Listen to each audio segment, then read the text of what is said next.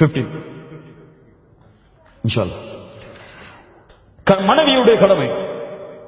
அல்லாஹ் ரப்புல் ஆலமீன் ஒரு பெண்ணுக்கு இந்த உலகத்திலே பெற்றோர்களுக்கு பணிவிடை செய்வதற்கு பிறகு அல்லாஹ் ஆக்கிய மிக முக்கியமான கடமை கணவனுக்கு பணிவிடை செய்வது. அல்லாஹ்வுடைய தூதர் முஹம்மது ரசூலுல்லாஹ் ஸல்லல்லாஹு அலைஹி வஸல்லம் அவர்கள் சொன்னார்கள், நான் இந்த உலகத்திலே ஒருவருக்கு சஜ்தா செய்யுமாறு ஒருவரை பணித்திருந்தால் கணவனுக்கு மனைவியை சஜ்தா செய்யுமாறு பணித்திருப்பேன். இதை விட என்ன வேண்டும்? முஹம்மது ரசூலுல்லாஹ் ஸல்லல்லாஹு அலைஹி வஸல்லம் அவருடைய இந்த வார்த்தையை விட என்ன வேண்டும்? பெண்களே, ஒருவருக்கு சஜ்தா செய்யுமாறு பணித்திருந்தால் மரியாதை நிமித்தமாக கணவனுக்கு சஜ்தா செய்யுமாறு என்னுடைய சமூகத்துடைய பெண்களை பணித்திருப்பேன். லா இலாஹ இல்லல்லாஹ். அல்லாஹ்வுடைய தூதர் ஸல்லல்லாஹு அலைஹி வஸல்லம் சொன்னார்கள், பெண்களே, சொர்க்கத்தின் எல்லா வாசலின் வழியாகவும் உங்களுடைய பெயர் அழைக்கப்பட வேண்டுமா?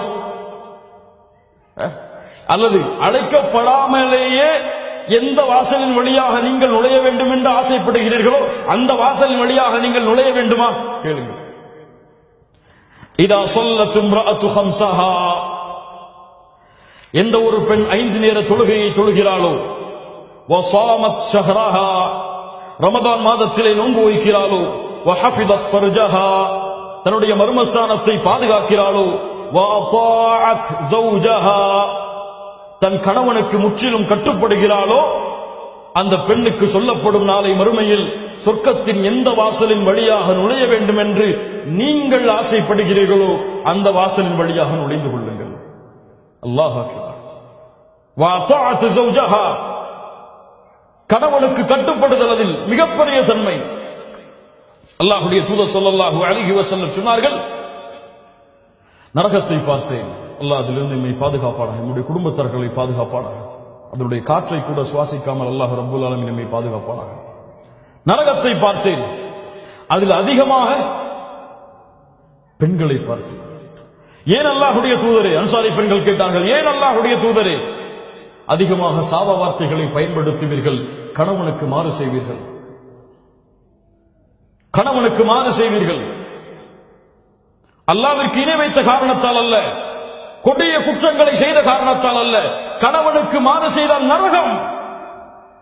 அல்லாஹ்வுடைய மார்க்கத்தில் ஒரு கணவனுக்கு கட்டுப்படுதல் எவ்வளவு அந்தஸ்தில் உள்ளது, எவ்வளவு அந்தஸ்தில் உள்ளது. அல்லாஹ் ரப்புல் ஆலமீன் நம்மை பாதுகாப்பானாக.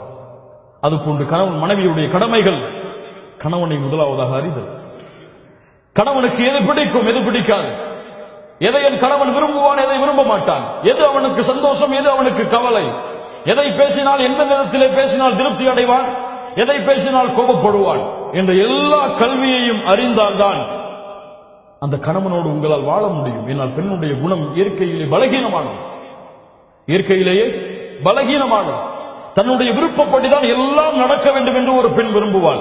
இல்ல மாஷா அல்லாஹ், அது அவருடைய இயற்கையான குணம். அதற்கு ஏற்றார் போல் ஒரு பெண் தன்னுடைய வாழ்க்கையை தன் கணவனுடைய திருப்திக்கும் அதிர்ப்திக்கும் மகிழ்ச்சிக்கும் கவலைக்கும் ஏற்ப மாற்றிக்கொண்டால் அவள்தான் இந்த உலகத்தில் உயரமான பெண், ஈமானோடு இருந்தால். அல்லாஹ் அப்படிப்பட்ட பெண்களாக எம்மை மாற்றுவானாக, எம்முடைய பெண்களையும் அல்லாஹ் மாற்றுவானாக. இரண்டாவது, எல்லா நேரமும் கணவனுக்கு காதலையும் அன்பையும் பாசத்தையும் வெளிப்படுத்திக் கொண்டே இருக்கு. ஆனால் இது ஆண்களுக்கு பொருந்தும். ஒரு பெண் என்ன விரும்புவாள் தெரியுமா? எப்போது பார்த்தாலும் அந்த பெண்ணின் மீது பாசத்தை பொழிந்து கொண்டே இருக்க வேண்டும் என்பது என்று அந்த பெண் விரும்புவாள். அந்த பெண்ணுக்கு அவருடைய தேவை, அந்த பெண்ணுடைய செயல்களை நீங்கள் புகழ்ந்து கொண்டே இருக்க வேண்டும். ஒவ்வொரு முறை சமைக்கும் பொழுதும் உங்கள் மனைவி விரும்புவாள், இந்த சமையலை நீங்கள் நன்றாக இருக்க வேண்டும், நன்றாக இருக்கிறதம்மா என்று சொல்வதை.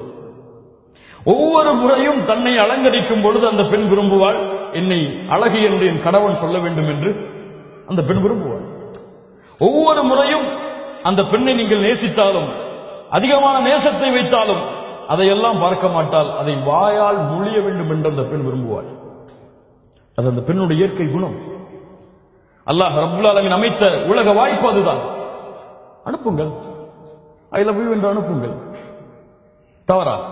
மனைவிக்கு ஐ லவ் யூ சொன்னால் தவறா? தவறா?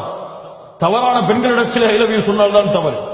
வாட்ஸ்அப்புடைய சிம்பல்களுடைய ஹார்ட்டுடைய துடிக்கக்கூடிய அந்த நிகழ்வுகளை எல்லாம் தவறான பெண்களுக்கு அனுப்பினால் தான் ஹராம். உங்கள் மனைவிக்கு அனுப்பினால் கஷ்டப்பட்டு சமைச்சு கொடுத்துட்டு சமைச்சிட்டு அவசரமா ஆபீஸ் கிளம்பி போயிட்டாரு கணவன். சமைச்சதை ஒன்னும் சொல்லலையேன்னு எதிர்பார்த்துட்டு தயவு அவன் ஆபீஸ் போய் சேர்ந்ததுக்கு பிறகு நிதானமா அஸ்ஸலாமு அலைக்கும் வரஹ்மத்துல்லாஹி வபரகாத்துஹு முழு சலாம சொல்லி அந்த அன்பை எதிர்பார்த்துட்டு இருப்பா. என்ன இப்பதான் வந்திருக்க, 1000 வேலை இருக்கு, அப்புறம் பேசுறேன். சரி மதியம் என்ன சமைப்போம்னு கேட்போம். அதான் சொல்லிட்டேன் அப்புறம் பேசுறேன், வேலை இருக்கு. லா இலாஹ இல்லல்லாஹ். ஒரு மனைவியுடைய உள்ளத்தை காயப்படுத்துகிறாய், அல்லாஹ் இதை பொருந்திக் கொள்வானா? உன்னுடைய அன்பை எதிர்பார்த்திருக்கிறாய், அன்பை எதிர்பார்க்காதவர்களுக்கு அன்பை கொடுக்கிறாய். அவ்வளவு கோபத்தில் இருந்தாலும் மேனேஜர் வந்துட்டான், சார் சொல்லுங்க சார், ஐ வில் டு, இப்ப முடிச்சறேன். லா இலாஹ இல்லல்லாஹ், லா இலாஹ இல்லல்லாஹ். யோசித்து பாருங்கள் மூமின்களே, இதுவெல்லாம் நம்முடைய வாழ்க்கையில் நடக்கக்கூடிய நிகழ்வுகள், நாம் இதில் பங்கு கொண்டிருக்கிறோம்.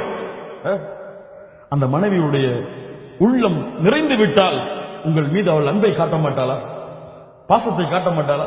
அன்னைக்கு மதிய சாப்பாடு அவ்வளவு அறுமுகம், அவ்வளவு அற்புதமா இருக்கும். சொல்லி பாருங்க, கால சாப்பாடு இந்த மாதிரி நான் சாப்பிட்டது இல்லமா என் வாழ்க்கையில சொல்லி மனைவி மதியம் அந்த சாப்பாட்டை எப்படி செய்வாங்க? காலையில போகும்போது இதெல்லாம் என்ன, ஒரு ஹோட்டல்ல போய் சாப்பிட்டு போயிருக்கலாம்னு நீங்க போனீங்க, மதியம் உப்பு கூட இருக்காது.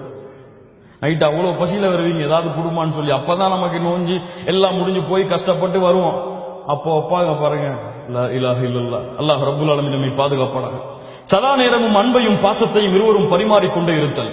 மனைவி கணவனுக்கு கொடுத்தல், கணவன் மனைவிக்கு கொடுத்தல், இருவரும் அன்பையும் பாசத்தையும் வெளிப்படுத்திக் கொண்டே இருத்தல். சொல்லுங்கள், எவ்வளவு முறை வேண்டுமானாலும் சொல்லுங்கள். இப்ப போய் ஐ லவ் யூ அனுப்புவீங்கன்னா சந்தேகப்படுவாங்க. அதான் முதல்ல நம்ம கன்ஃபார்ம் பண்ணிக்கணும். வாயால சொல்லிட்டு அதுக்கப்புறம் வாட்ஸ்அப்ல அனுப்புங்க. வேற யாருக்கும் மாத்தி அனுப்பிட்டாங்கன்னு சொல்லி வேற மாதிரி சந்தேகம் வந்துடும். சொல்லி பல நாள் ஆச்சு, பல வருஷம் ஆச்சு இல்ல, எப்போ சொல்லியிருப்போம்? கல்யாணம் முடிக்கிறதுக்கு முன்னாடி பேசி வைக்கும் போது 1000 முறை போயிருக்கும். அந்த காலத்திலேயே டெலிகிராம்லையும் தந்தியிலையும். திருமணம் முடிச்சதுக்கு பிறகு அந்த வார்த்தை இருக்குதான்னே நமக்கு மறந்துடும். பலருக்கு இல்ல. மஷா அல்லாஹ், அல்லாஹ் பாதுகாத்தவர்களை தவிர. அல்லாஹ் நம்முடைய வாழ்க்கையை மகிழ்ச்சியாக ஆக்குவானாக.